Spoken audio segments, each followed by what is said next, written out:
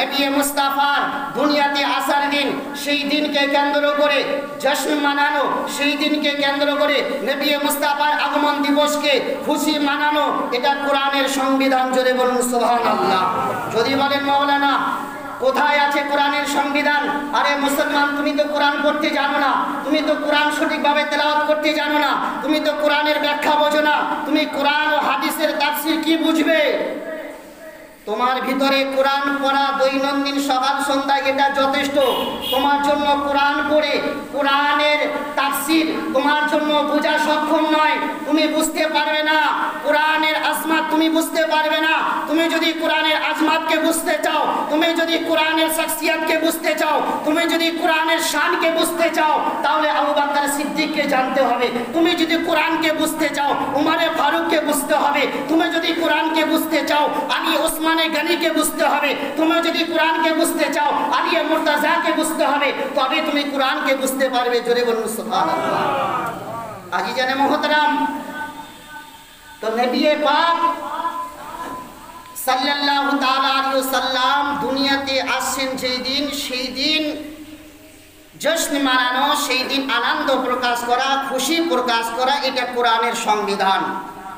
যদি কোরআন পড়তে জানেন, যদি কোরআনের তাফসীর বোঝেন, তাহলে খুলবেন 11 পারা সূরা ইউনূস আয়াত নাম্বার 58 এর মধ্যে আল্লাহ তাবারক ওয়া তাআলা ইরশাদ করেন, আল্লাহ তাবারক ওয়া তাআলা সারা বিশ্ব জগৎকে বার্তা দিচ্ছেন, সারা বিশ্ব জগতের মানবকে আল্লাহ তাবারক ওয়া তাআলা জানাতে চাইলেন, হে বিশ্ব জগতের মানবেরা, যেই আমার নবীর সামনে তাওহীদ করো, যেই নবীকে তোমার মতো বাশার বলো, যেই নবীকে তোমাদের মতো দুই হাতওয়ালা ভাবো, নবী মুস্তাফার আগমন দিবসকে লক্ষ্য করে আল্লাহ তাবারক ওয়া তাআলা 11 পারা সূরা ইউনূসের 58 নম্বর আয়াতের মধ্যে আল্লাহ ঘোষণা করলেন, কুল বিফাদলিল্লাহি ওয়া বিরহমাতিহি ফাবিযালিকা ফালিয়াফরাহু। জোরে বলুন সুবহানাল্লাহ। আল্লাহ বললেন, কুল বিফাদলিল্লাহি ওয়া বিরহমাতিহি ফাবিযালিকা ফালিয়াফরাহু। तुम फरमाओ, अल्लाह ने अपने नबी से फरमाया, ए मेरे हबीब, ए मेरे महबूब, ए मेरे दोस्त, कुल तुम फरमा दो, बेफदलिल्लाहि व बिरहमतिही फबिज़ालिका फलियफरहू, अल्लाह के फजल और उसके रहमत पर ही खुशी मनानी चाहिए। हुआ खैरुम मिम्मा यजमाऊन, ये उससे बेहतर है जो जमा कर रखते हैं। जोर से कहिए सुभान अल्लाह। आगे বলেছি, সুন্নিরা কোনোদিন দালালি কথা বলে না। সুন্নিরা যা বলে দলিলি কথা বলে, যা বলে রিফারেন্সে কথা বলে। আমরা কখনো দালালি কথা দিয়ে মানুষকে পথভ্রষ্ট করতে যাই না। আমরা কারো কাছে গোপনীয়ভাবে তাকে নিজের ক্যাপচারে নিয়ে আসবো, এটা সুন্নিদের চরিত্র নয়, এটা সুন্নিদের স্বভাব নয়।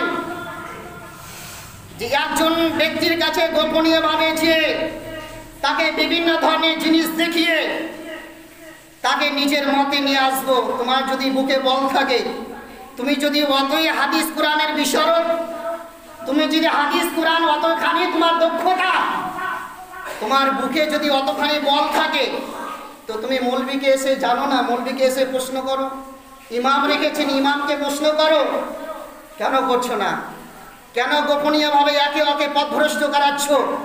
আরে আজিজানে মুহতারাম, তো আল্লাহর কোরআন বললেন, কুল বিফাদলিল্লাহি ওয়া বিরহমাতিহি ফাবিযালিকা ফালিয়াফরাহু। আল্লাহর তরফ থেকে তোমাদের নিকটে যখন কোনো রহমত আসবে, যখন কোনো কৃপা আসবে, ফালিয়াফরাহু, তো তোমরা তার খুশি ইজহার করো, তার প্রকাশ্য করো। আল্লাহর কোরআন বললেন 11 পারা সূরা ইউনূসের 58 নম্বর আয়াতে, হুয়া খায়রুম মিম্মা ইয়াজমাউন, এটা তার থেকে উত্তম যা তোমরা সংগ্রহ করে রাখছো। জোরে বলুন সুবহানাল্লাহ।